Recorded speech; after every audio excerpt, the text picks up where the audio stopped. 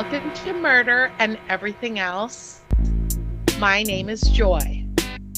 My name is Cheryl, and Joy and I are two old friends who are going to talk about murder and everything else.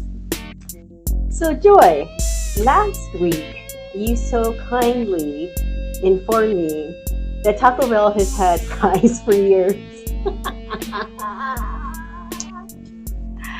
I was so happy. I thought I had discovered something new. Although I did have the disclaimer that I did not know how long they had been serving that, but you were so nice to let me know, as you made fun of me, that they've had it for years.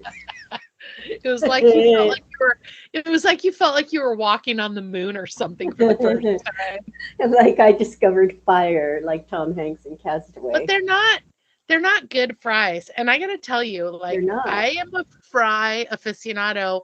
I have gone, there have been times where I have bought a burrito from Taco Bell and also gotten fries from like a Wendy's so that I could have, because like I feel like out of all the fries, if you don't count McDonald's, Wendy's has the best fries that actually are like normal fry size. The worst ones are Burger King.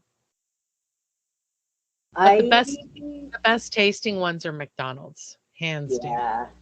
Burger King sells the Impossible Burger.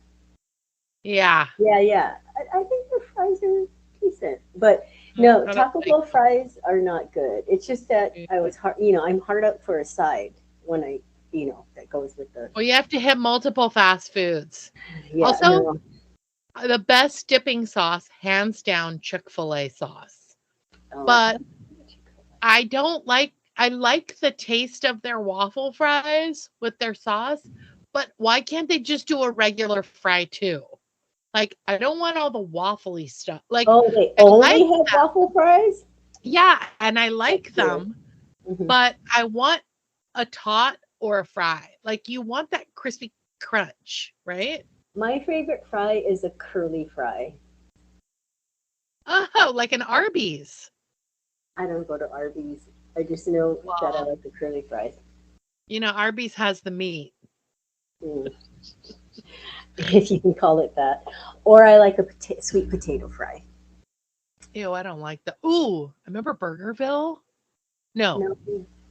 That must Burgerville. Remember in Oregon? And they have the best Tillamook ice cream shakes. Oh, shout out Burgerville. Anyway, disclaimer on when we get to the meat, I also want to disclaimer that, oh boy, it's a rough day today.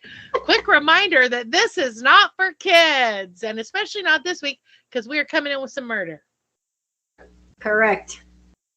Anywho, quick update. I want you guys who listened to last week's episode to notice that we do have new equipment and some great computers, but we're still working out the kinks.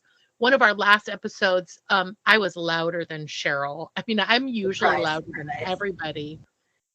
But we tweaked it, and hopefully this week's recording, that discrepancy in one person being louder than the other will go away. So there. And my update is that Joy is just loud. She's just loud. Everybody has to turn up their thing twice as high to be heard. It's true. Yeah. And I'm still sick. And Kevin's still sick. I mean, not sick, but we're still coughing. It's like week 4 and 5, and people at work are still coughing too. Like the cough lasts a long time. And I'll tell you that, like, sometimes the cough is accompanied by stuff that when you cough, the stuff comes out of wherever it comes from. I guess your lungs or something.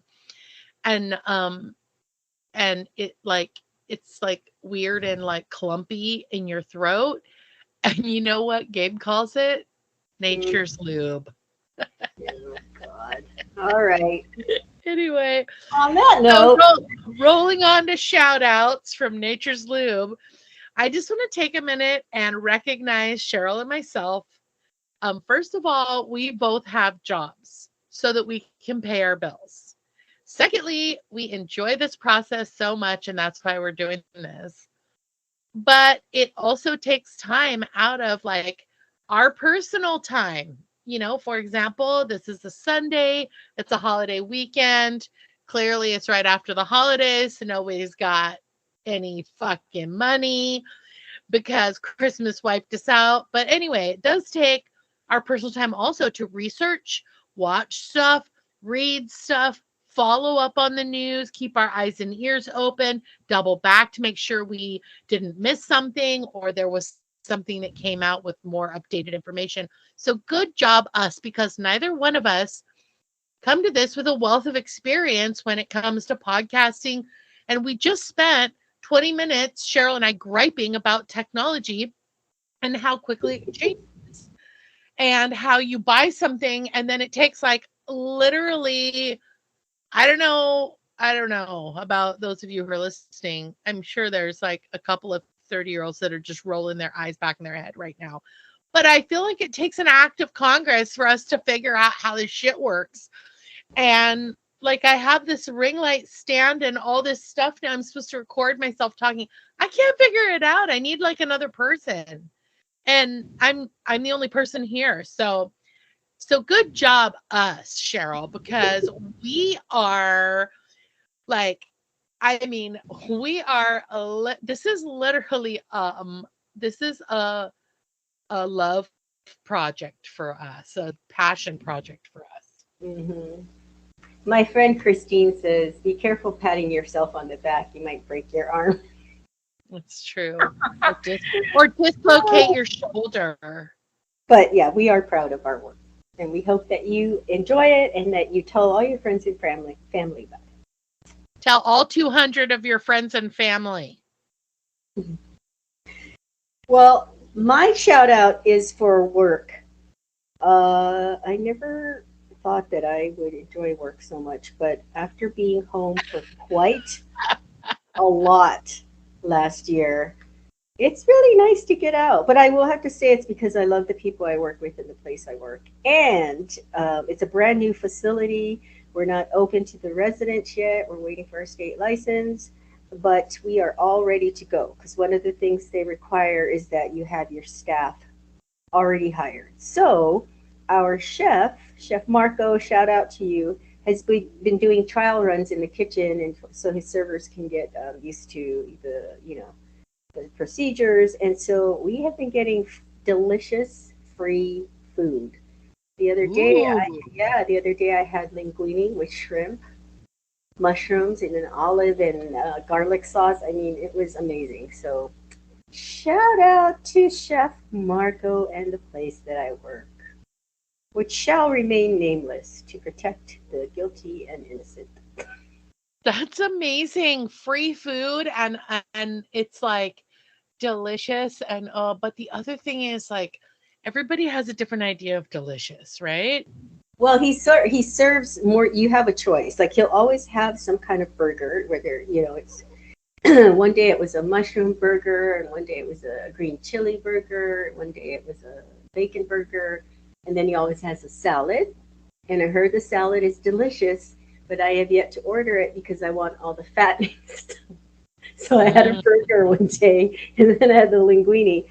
But I will order the salad one day. But yeah, and then he has wraps like a turkey wrap and things like that. So mm. yeah, so there's Yum. yeah. But anyway, it's been fun. Yay. Shout out to work. Well, shout out to work. Well, this is why I think Anyway, a lot of people. Sorry, I gotta just talk over you, man. A lot of people when they retire, they go back to work because they can't it's true. stand the sight of their own feet. It's true.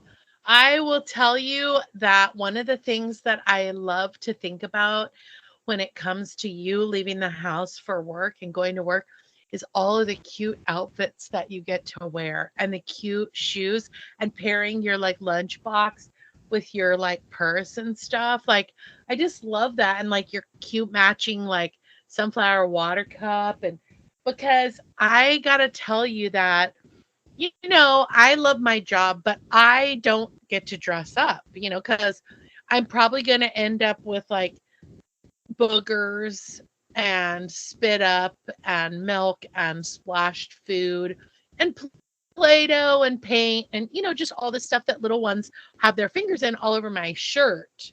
or Mm. pants. So I tend to wear things that are like comfortable because you're standing, sitting, standing, sitting, standing, climbing stairs, sitting that, I'm doing a lot of physical motion. So I try to dress in something comfortable, Well, but yeah. it's not like it's not like professional. Like I just can tell you that like that job that we had in Portland, I just love, love, love, love, love getting dressed for work. Well, I have It a was question. just I have a so question. fun. Okay, when you dressed up for work, did you change your purse out to match your outfit? Oh yeah. Are you kidding? Girl. But I didn't bring lunch. Remember, I always bought it from Jinhee in the lobby. She served, And what? she served food. I know she served snacks.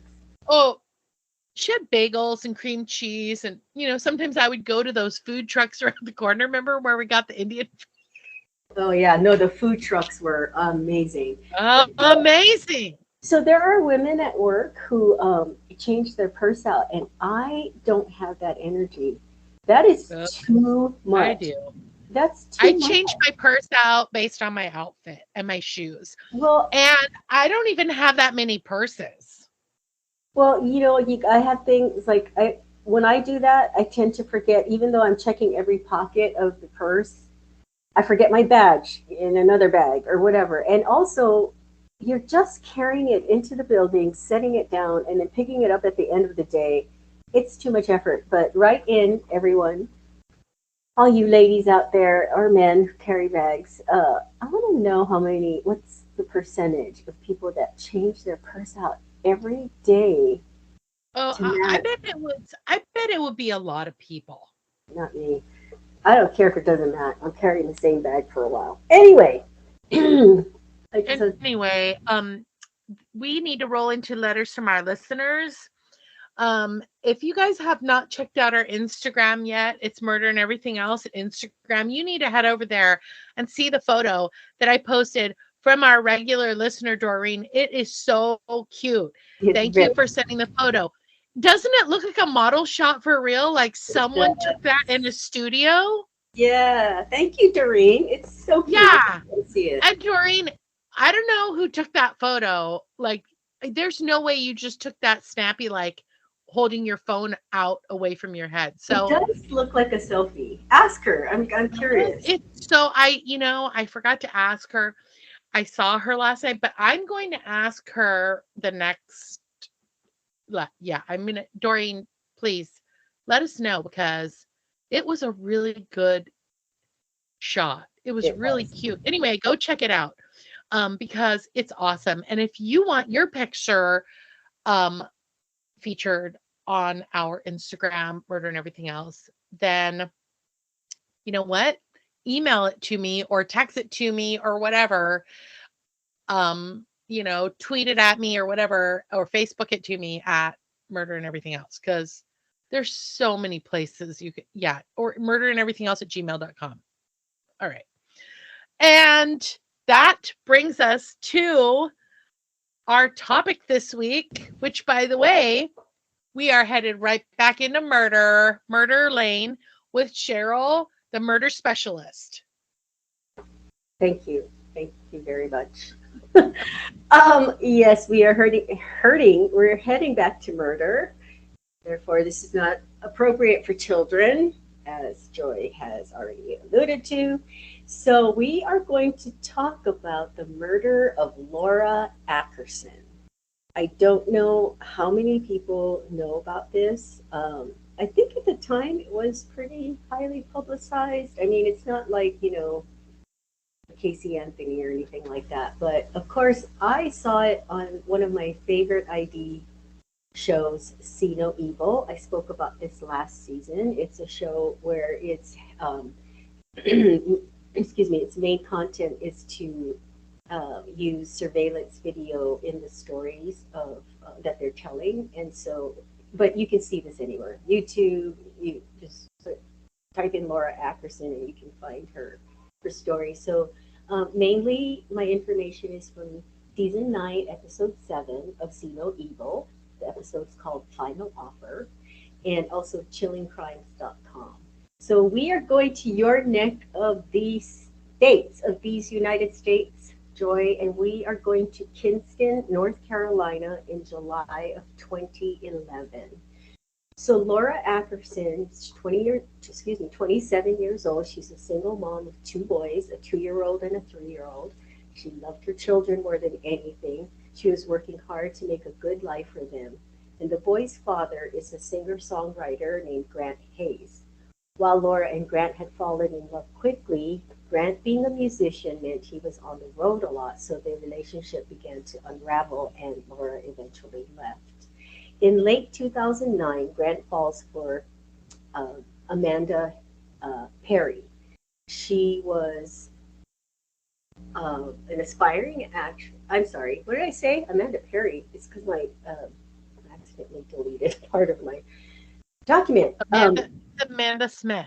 Thank you so much. In late 2009, Grant falls for an aspiring actress named Amanda Smith. Amanda had some bit parts in the OC, Sopranos, and I think her um, highest glory as an actor was she had a part in the Stepford Wives. So they got married. Grant and Amanda get married in April of 2010 and move into an apartment in Raleigh. Amanda and Grant lived close to Laura and they co-parented the kids. Laura had faced a challenging custody battle with Grant. The dispute had been a contentious and difficult one, which resulted in Laura having access to her children only on the weekends. For slightly over a year, Laura had the children on weekends and Grant had them during the week. That decision was an order made at the Lenore County District Court on the 29th of June 2010, so the year before. It was a temporary agreement, and both Laura and Grant had to undergo psychological evaluation by Dr. Ginger Calloway, a forensic psychologist. Grant had claimed in court that Laura was mentally unstable, and Laura accused Grant of being a substance abuser. Dr. Calloway evaluated them and issued a report recommending that Grant and Laura share legal and physical custody of the children. Laura had just received the results of that report, and she was confident that the court would at least split custody of the boys. Laura wanted to have the boys with her as much as she could. But Laura and Amanda did not get along as a result of the custody dispute. But Laura believed that things were starting to work out for her, and on the 12th of July 2011, she received an email from Grant which seemed to confirm her belief. Grant emailed Laura and asked her if she would like to see the boys for a midweek visit because, remember, she only usually had them on the weekends. Laura was intent in turning her life around and building a new career. Laura had recently started a new restaurant marketing business with her friend Siobhan Mathis. Laura was taking multiple meetings a day, driving all over eastern North Carolina, pitching her ideas to restaurant owners. She worked hard to make this business happen. She was very proud of it and happy to be on this venture with her friend Siobhan. In the late afternoon hours on Wednesday, July 13th, Siobhan is trying to reach Laura to find out how her latest pitch to a restaurant called Bill's Grill had gone. But Siobhan's phone calls went unanswered. Siobhan called Laura again the following day to try and get a hold of her. If Siobhan and Laura didn't see each other every day, they definitely spoke every day. So this was unlike Laura, and it was a huge red flag to Siobhan because they were in constant contact. But after the 14th comes and goes with no word from Laura, Siobhan sends Laura an email thinking maybe something happened to her phone. Siobhan then drives by Laura's apartment and doesn't see her car there, and so she's growing more and more concerned. Siobhan then goes to Kinston Police Department to report that she hasn't been able to reach Laura for several days. So investigators go to Laura's apartment, and then of course, on See No Evil, or probably any channel you watch it on, they have pictures of her apartment, and it's very eerie, what happened to her, and they find that the apartment is very clean. It appears she had not been home for a while. And investigators comment that it's obvious the kids were the center of her life because so much of the apartment was dedicated to the kids. It'd be like if you came into my house, whether I was dead or alive, you would say, she loves her dogs. You would see beds and toys. If you open my closet, you would see an entire rack of the closet dedicated to Jet and Callie's clothes. And And a drawer. don't forget about the breastfeeding apparatus. Yes. Oh, goodness. Anyway, there were no signs of struggle or that she left in a hurry. Um, her plants were dying, so she had to have been gone for, a few days. The apartment was a secure building with controlled access. Investigators asked to see security footage of the building. There happened to be a camera right above Laura's apartment, and her apartment was also right near an exit. They knew the time and location of Laura's meeting, so they queued the video footage up to that time. At 8 a.m., Laura is seen coming out of her apartment and exiting the building. She was looking at her phone and didn't show any signs of distress. It looked like a normal morning of her going off to work. She also wasn't carrying numerous bags, so it appeared she wasn't planning on going on a trip. She Siobhan tells probably she probably wasn't coordinating her purse with her outfits either. I doubt it. She seems like a very practical and sensible woman like me who would not take the time to do that. Plus, she had two kids. Um, Again, though, right? And I really want to hear this. People take the time and the effort to change out their stuff in their bag. Siobhan then tells investigators that every Friday at 5 o'clock p.m., Grant and Laura would meet and exchange the children. Investigators call Grant and he confirms that he and Laura were supposed to meet on Friday the 15th at a Sheetz gas station in Wilson. Grant tells them that Laura never showed up and he had called her several times and left her voice messages and texted her. Investigators then go to Sheetz gas station and pull up footage from the 15th when Laura and Grant were supposed to meet. They see Grant walking into the gas station with the two kids. He's seen purchasing cigarettes and then walking outside. They switch to the exterior camera and see him walking around, waiting with their two sons, but you never see Laura confirming Grant's statement. Using the video footage, investigators formulate a timeline. Laura is seen leaving her apartment the morning of the 13th, but does not show up for her meeting to pick up the kids on the 15th. So something has happened between these two dates. Now it's Tuesday, July 19, 2011, 6 days since Laura's disappearance. Investigators released Laura's disappearance to the press. And in general, missing cases don't always rise to the level of getting news coverage, but Laura is a mother of two young boys, so her case gets a lot of attention. Oksana Samarsky, a friend of Laura's, told investigators Laura left her a voice message at about 4:19 the afternoon of the 13th. And when they play actual recordings of the victim, it's very heartbreaking. Because I know it sounds ridiculous, but they're so alive. I mean, they're just going on with their day. She's like, I'll be Yeah, there. and it's also probably one of the last conversations she ever had. Yeah, I mean, it's just really tragic to hear their voices. The recording tells Oksana she's on her way to Raleigh to see her, but that she's going to stop by and see her sons first before she sees her. Because remember, Grant reaches out to her, emails her, and says, "Hey, you want to see them midweek? Like totally off the schedule." And she's excited because she gets an extra time to see her sons. But Laura never shows up. And based on this information, investigators are able to narrow the timeline even more from when Laura was last heard from. A patrol officer then finds Laura's car. Her car was found at an apartment complex in Raleigh. Raleigh? Yeah. Investigators look in the car and then open the trunk. I bet you anytime investigators find a car from a missing person, I bet their stomach is in knots when they open the trunk. That's what I was thinking. Yeah. Like you're hoping that you don't see their body in the trunk. There are no signs of foul play. However, the location where the car is found is only about 400 yards away from Grant and Amanda's apartment. Dun Investigators dun dun. Investigators interview Siobhan to get more information about the custody arrangement between Grant and Laura, and they find out the agreement was not amicable and very contentious. Investigators contact Grant for another interview. Initially, Grant says no, and then says he's out of town. So investigators feel Grant is hiding something, and that's pretty obvious. Laura's friend Heidi Schumacher comes forward to speak to police. Heidi was a close friend, and she actually describes herself as Laura's best friend. She tells police a story of the time when she first met Grant. She didn't have a good impression of him. She said Grant was very controlling of Laura, which control is always a bad sign. I mean, it may not lead to anything nefarious, but controlling someone is not a good sign.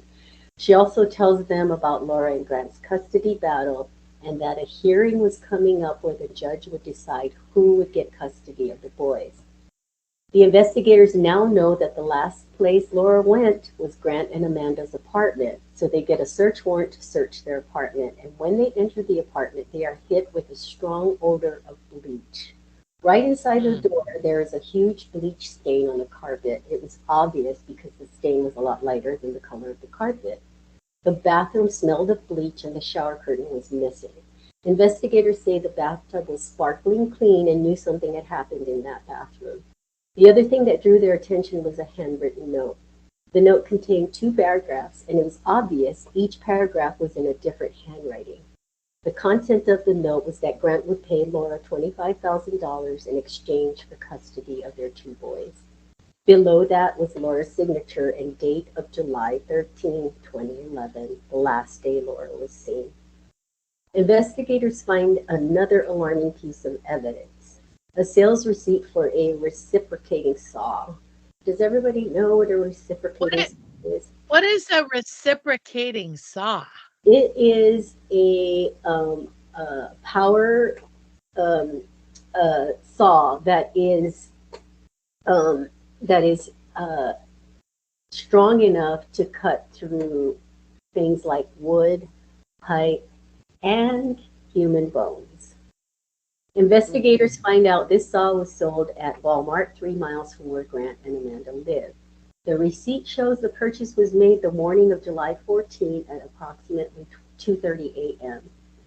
Walmart provides investigators with their surveillance video because, again, this is See No Evil, which I don't really understand this title because we are seeing evil, but I guess they have to come up with something catchy.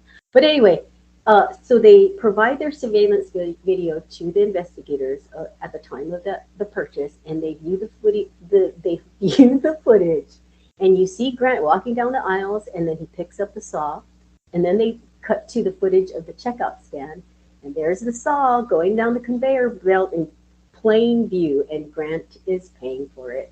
He also purchased extra saw blades, gloves, and cleaning materials. You know what? I wondered when they show the footage of the checkout stand, I always wonder if the cashiers, when they see purchases like that, like if anything ever goes through their mind. You know, because 99.9% of the time it's going to be, benign and just somebody actually needs a saw, extra blades, gloves, and cleaning materials. But if it were me, I'd be looking at that person like, are they going to hurt someone? Yeah. I mean, especially like we have a Walmart near where I live, and you see people come in there in hunting gear all the time, and they're buying stuff in like the camping, hunting, outdoorsy area and tarps and ropes, and you just don't think anything of it.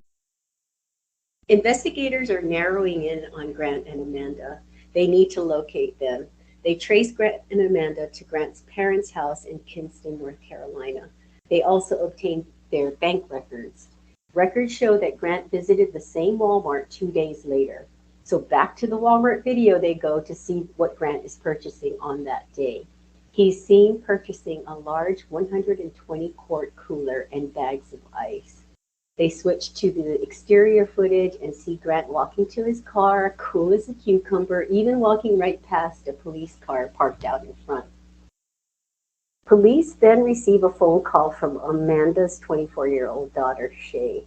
She says she has information she wants to give them. She says she doesn't want to get her mom in trouble, but also wants to do the right thing. She says Grant, Amanda, and the 2 boys had made a spontaneous trip just days before. They had also rented a U-Haul trailer. Investigators contact different U-Haul dealerships. They find out that Grant rented a U-Haul from the Capitol Boulevard location. He rented it on July 16th, 3 days after Laura went missing. The U-Haul branch is fitted with surveillance cameras. Of course, there's cameras everywhere. They look. Everywhere, everywhere. That's the thing is like people need to realize that like everything is being recorded. Yeah, you have to. You just have to live your life knowing that.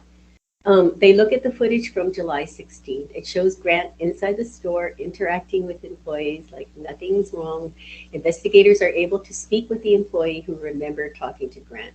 He says that Grant makes a comment that he's taking a fishing trip and traveling all the way to Texas. He tells the employee he's carrying coolers with fish bait in them, which is odd to the investigators.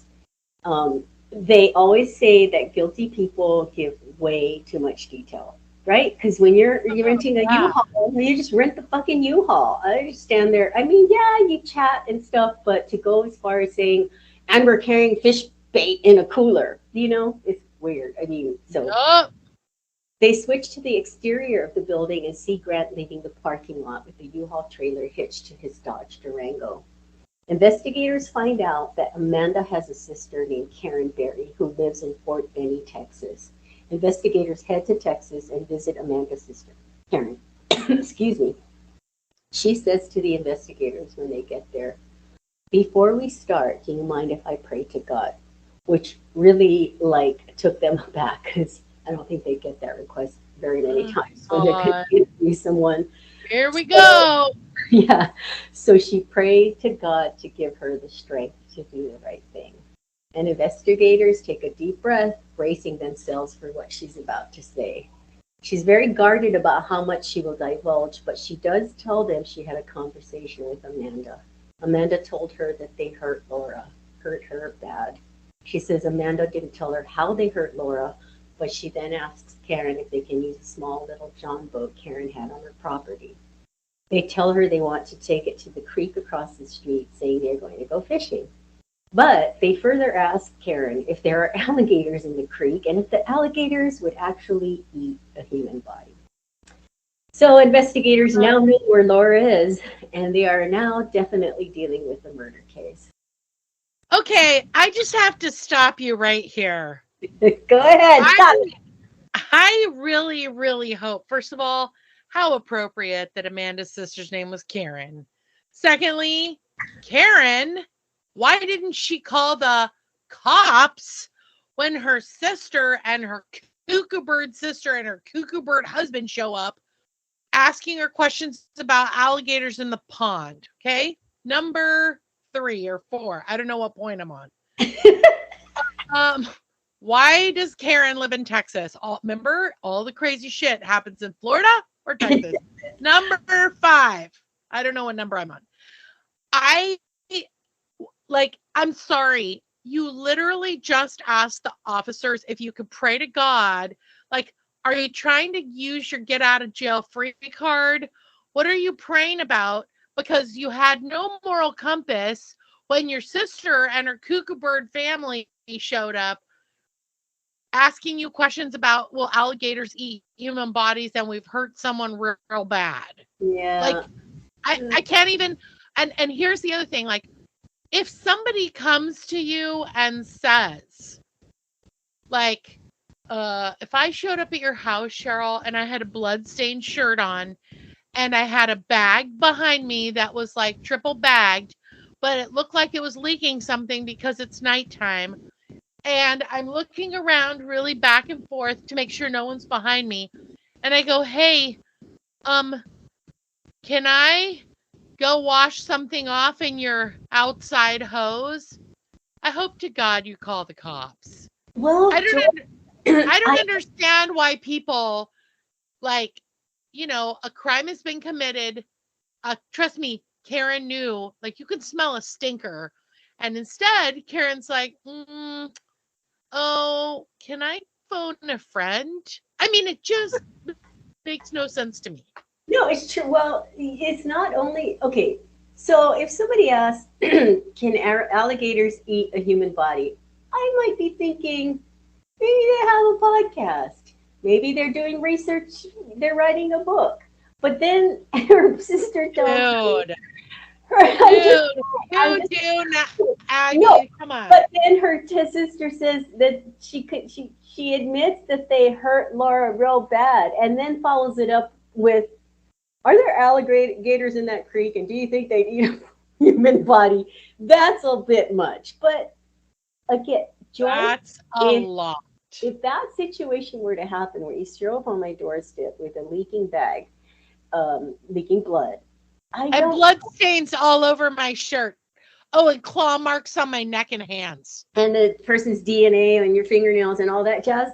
I don't know what I would do. I have to be honest with you. What about you guys First out of there? all, okay, first of all, you probably wouldn't let me in the house because I got blood all over the place. Well, I'm yeah, just so, saying, you want to okay, keep but it if I close. came into your house, if I came into your house and I was like, okay, Cheryl, I just stabbed somebody and shoved him in this bag, and could you please not call the cops? Come on, you would No, call the cops. no, not right away, because see, I think Laura, this we're gonna get into the weeds, but I think there was a something with Laura and Karen's relationship because Oh my I God. would think, well, because I know you. And if that scenario were actually to present itself, I'd be like, there's got to be a good reason Joy has a body bag leaking blood and a knife in her hand. Well, I'm just saying, if you showed up at my house with a bag and it was leaking blood and you have blood stains all over your shirt and you were holding a knife and you said, "Can I come in and take a shower?" I'd be like, "Yeah." And then what I do is lock you in the shower by barricading the door, and I've already got the knife. And then what I do is call the cops and let them go in there, and I'd be like, "Hurry, hurry, please," because but I'd have the knife, remember? See, I've got it all planned out. Well, no, now you grab the knife and now your prints are on it. See, you got to think like a murderer. I know, Now I can turn but it you around on still you. have your bloody clothes and the bag of parts. I can say I got it from your house. Oh my god, I need to start writing murder mystery games because I feel like I've got a really good one. Oh my God. But yeah, well, you know what? We got to give Karen some slack because she did call the police. You know what I mean? And she did. Unfortunately, she couldn't save Laura, even if she had reported it earlier. So, I mean, she did call the police on her sister. So she did. She didn't do it. She was probably in shock and like wanted to. I don't know. She was probably in shock. So on Sunday, July 24th, 11 days since Laura disappeared, they called in a Houston dive team to start looking in the creek. The water is so murky you can't see your hand in front of your face, and they have to contend with the alligators. Very quickly, they start to find body parts. They find two portions of the human torso that was cut in half with that trusty old reciprocating saw. Of course, they're thinking this could be part of Laura Ackerson, but they needed some portion of the body that they could actually identify. Then Could they you find imagine being that job? The no, job of the guy who's in the murky waters trying to fend off an alligator from eating him and looking for fingers and toes. oh I'm my sorry, God, but right?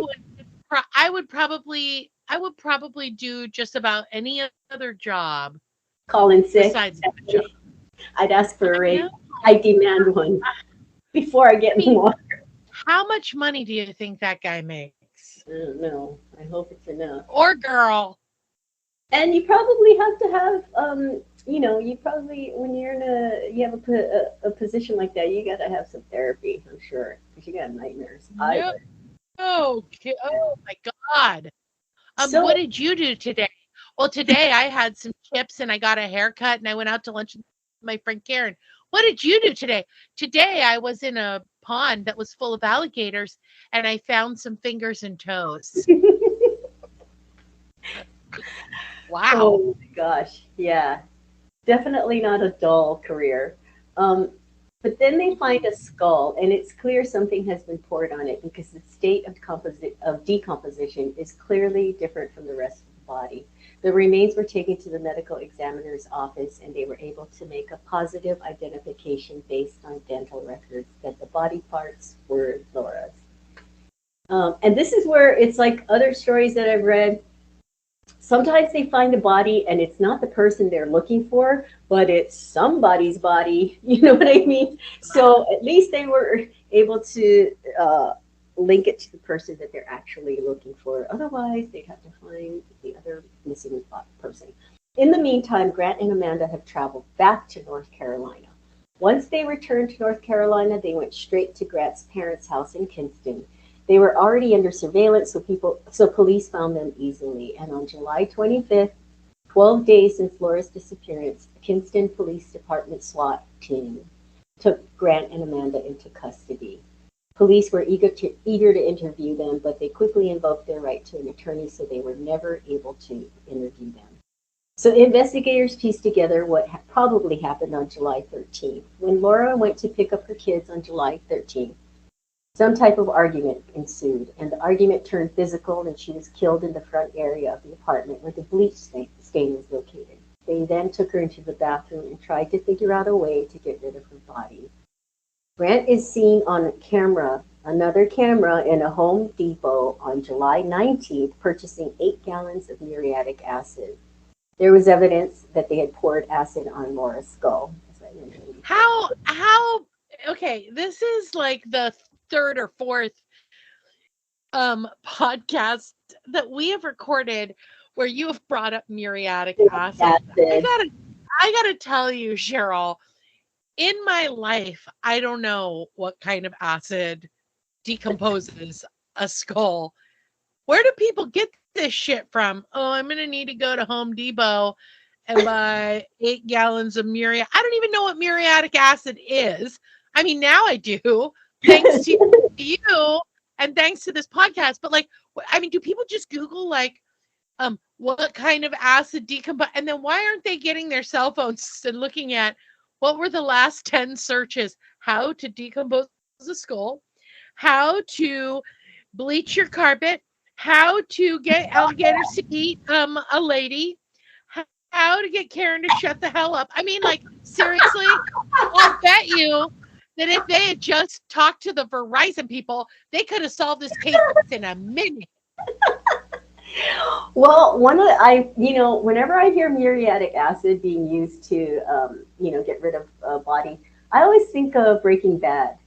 Do you remember that scene? Did you watch Breaking Bad? I never saw it. Are you kidding me? I can't even watch a show where the cat gets hurt. How am I going to watch Breaking Bad? Oh, well, there is a scene where they pour acid. I'm assuming it's muriatic, unless anybody knows of another acid out there that murderers try to use. Anyway, it goes through, they put it in this clawfoot bathtub, the body, and then they pour the acid on it, and then it eats through the body, but then the bathtub, and then the floor, and then it falls. All this yuck and guts and is on the floor, and they have to clean it up now. And Jesse, Aaron Paul's character, is so mad. Anyway, so there was evidence that they had tried to get rid of the body, so they poured it on her skull, which I don't even know how you can do that, how you can even look at somebody that used to be with. I mean, it just, but it didn't work, and that's where the reciprocating saw comes in. Having her body in separate coolers will be an easier way to get her out of the apartment. And where are the children right now? Probably in the other room watching Barney. Barney's still on air. No, it's not. They're watching Paw Patrol. Good God. Paw Patrol. They travel from North Carolina to Texas with Laura's body parts in the U-Haul. Well, I know. Once they're there, they had to figure out a way to get rid of the body, and since the creek was right there, they decided the alligators would the body. On September 16, 2013, Grant Hayes is convicted of first-degree murder and is sentenced to life without the possibility of parole. Yay. On February 18, 2014, Amanda Hayes is found guilty of second-degree murder and is sentenced to 13 years in prison. Don't be upset yet. You feel like I thought that Unacceptable. was acceptable. 13 years. Unacceptable. Okay, well, hold on. 4 years later, on August 21st, 2018, a Texas court finds Amanda Hayes guilty of tampering with a corpse, and she is sentenced to an additional 20 years in prison. Bravo. Thank So, you, court systems. right? So, you know, it's surmised that Grant wanted Laura out of the picture in full custody of the two boys.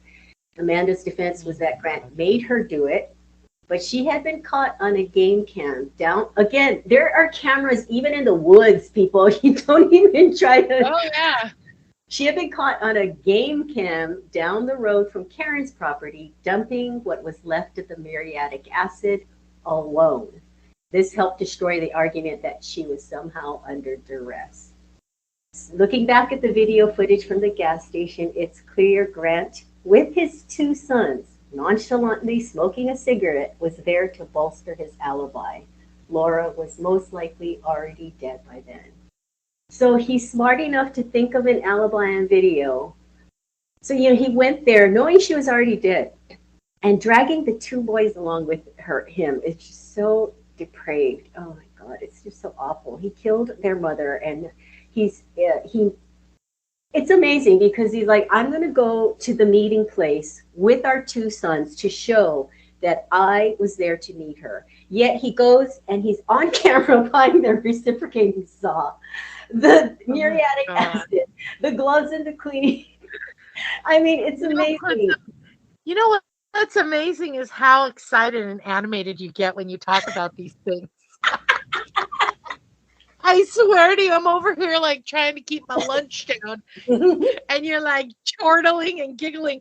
I mean, I don't even know how you do it, but I have to just back up for a minute. Okay, these little boys, you said were like what, 3 and 5? 2 and 3. And okay, 2 and 3. And you said that Laura was 27 years old. So how old was Grant? Because when he hooks up with Amanda, Amanda's daughter's 24. So what was Amanda, like 75? And she hooks up with like a 27-year-old dude? Like, what? What's that? You know what? I did look up their ages at one point. That his wife's 27, and he's got a 2 and a 3-year-old. It's just like, I was like, he's got to be either an older dude or he's a young dude who likes older chicks. Okay, so I'm just glancing. It says Hayes along with his wife, 41-year-old Amanda Perry Hayes. Okay, so she was 41 at that time. Huh. What? She could have been 17, right? When she had. Wait. Aren't you excited that I focused on the age difference between Grant and Amanda? What? I don't that's know. What Cheryl, that's what jumped out to me about this story. And of course I can't find I can't. I don't want to. We'll have to. Right. Well, I got to tell you this. I'm glad none of those people are walking around right now. I'm glad all those people. But what happened to Karen? Did Karen get any kind of slap on the wrist for asking to stop first and check in with the guy upstairs before she turned her sister in? Well, I am sure she got a lot of kudos from the guy upstairs, right? That she went to him first. Okay, this is my question to our listeners. What would you do if your sister showed up at your house asking if the alligators across the street will eat a human body and that you hurt somebody really bad, or that she hurt somebody really bad? So let us know. Cops. What you do is, here's what you do. You call the cops. Okay, Joy, I know it's easier said than done. I'm telling you, if you showed up at my door looking like you just killed somebody and you had their body in a bag, I would have to sit down with you and ask what happened. And after you called the cops? No, because what if they were trying to kill you? What if it was self-defense? What if?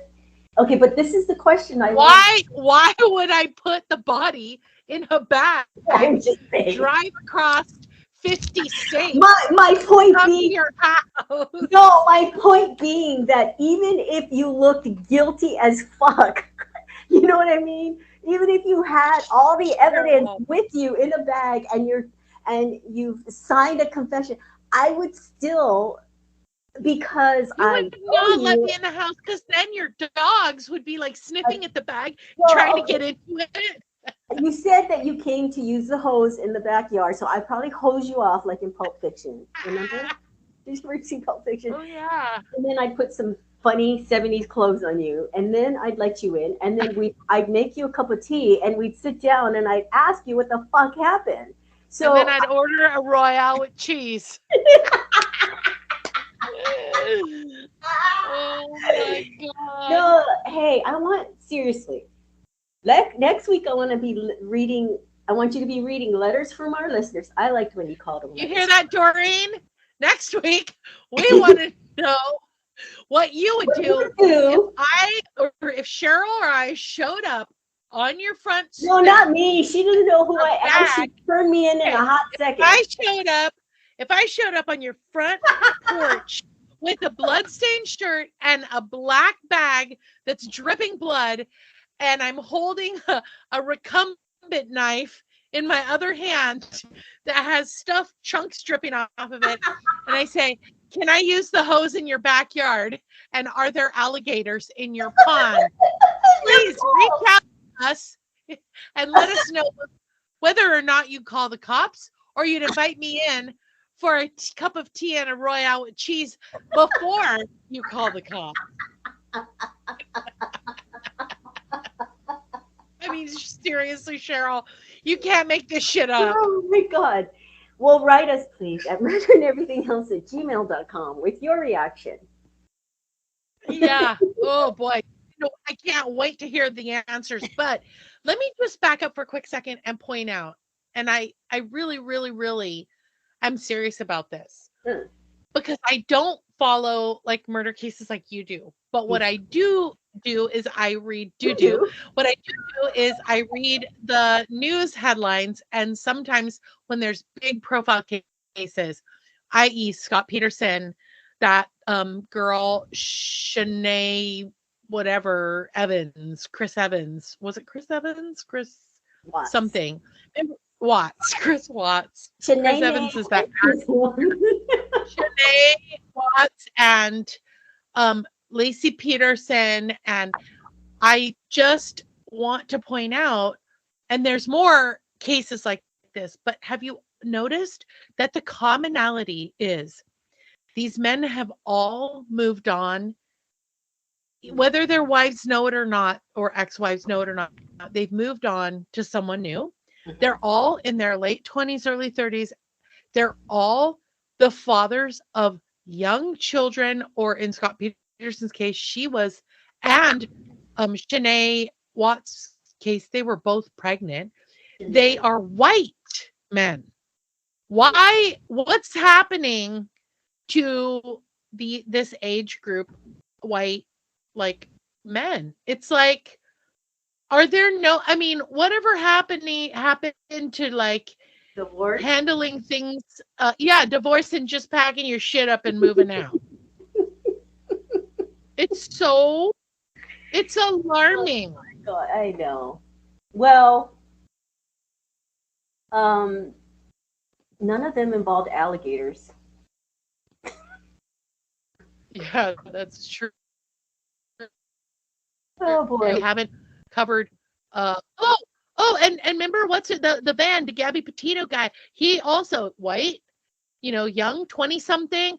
I mean, it's like, and that did involve alligators because he went back to Florida. I'm just saying, people, there is a way to extricate yourself from a relationship that you no longer want to be in. And it's called get a suitcase or a bag or something, a purse or an overnight bag or a carry-all.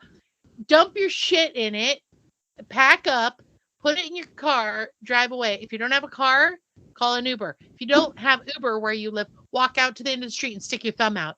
You don't have to. Anyway, you all know what I mean. You don't have to do this. But anyway, this is like unbelievable. You know, when I said I can guess what's going to happen, I was like, literally, I was going to say, this dude and his new wife, They picked up the woman, they somehow strangled her, and then they dumped the body, and then they tried to pretend like they didn't do it. Yeah, And you know what's even worse? Where is that 2 and 3-year-old right now? Who's looking after those kids? right, because they have. Oh, some grandparents somewhere. Mhm. It's like, oh, let's, it's like the lack of planning and foresight is staggering. You know what it is? It's let's just think about ourselves. Let's think about ourselves. Let's not think about anyone else. Yeah, it's amazing. I mean, in all seriousness, when people are fighting over kids and they end up killing each other or killing, one spouse ends up killing the other is incredible that you have that much vitriol for the other person, because surely you can't think that you're I going don't to think get it's it. I don't think it's hatred. I think it's small brain, and I think it's a little bit soft. I mean, I'm honest. I don't think these people are very bright. Well, And when no, I say these people, you know who I'm talking to. Like, there's more than just these two people out there. There's a lot of them. that's for sure. They're just not very bright. No. They don't think about the consequences of their actions. And I think what happens is they think about one thing or maybe two or three things, but then what they do is once the ball gets rolling, then they realize they're in over their heads, and then it just spirals into a disaster. Yep. Yep. And just remember, everyone, not that you're going to commit a crime, but there literally, I know we've said it many times, but there are cameras everywhere. That's what's so amazing. This guy Everywhere. had the wherewithal to make sure he was seen at the gas station that he was supposed to meet her at, but then goes on everywhere else. And then Amanda is Everywhere. dumping the acid. There's a camera there too. Oh So my God. that'd be awesome. Also, if you have like jugs of muriatic acid right now sitting on your property, let me just throw this out there. Throw them away. Get rid of them. I don't know what you have to do. Put a brown bag over your head and cut some holes in it and go dump that shit out in the woods. Because like when you pop up on your neighbor's hunting camera, you'll just pop up as some asshole with a brown bag on their head with a couple of holes in it. And don't accidentally dump that shit on your leg while you're pointing it out, because guess what? You'll come back out of the woods without a leg. Oh my God. Anyway, Cheryl, this was a crazy murder story, as are most of your murder stories. Thank you. And it was an awful crime, but you know what else is a crime? What's that, Joy? That we are out of time. Oh, man. Well, thank you for listening, everyone. And remember, don't complicate your day. All creativity, commentary, and opinions in this podcast belong to Cheryl and Joy. Music composed and mixed by Gabe McKeon. Logo and merch created and managed by Kevin Callan. Podcast editing and advertising by Joy McKeon. Legal representation provided by John Bojezek. Please like, subscribe, follow, and listen.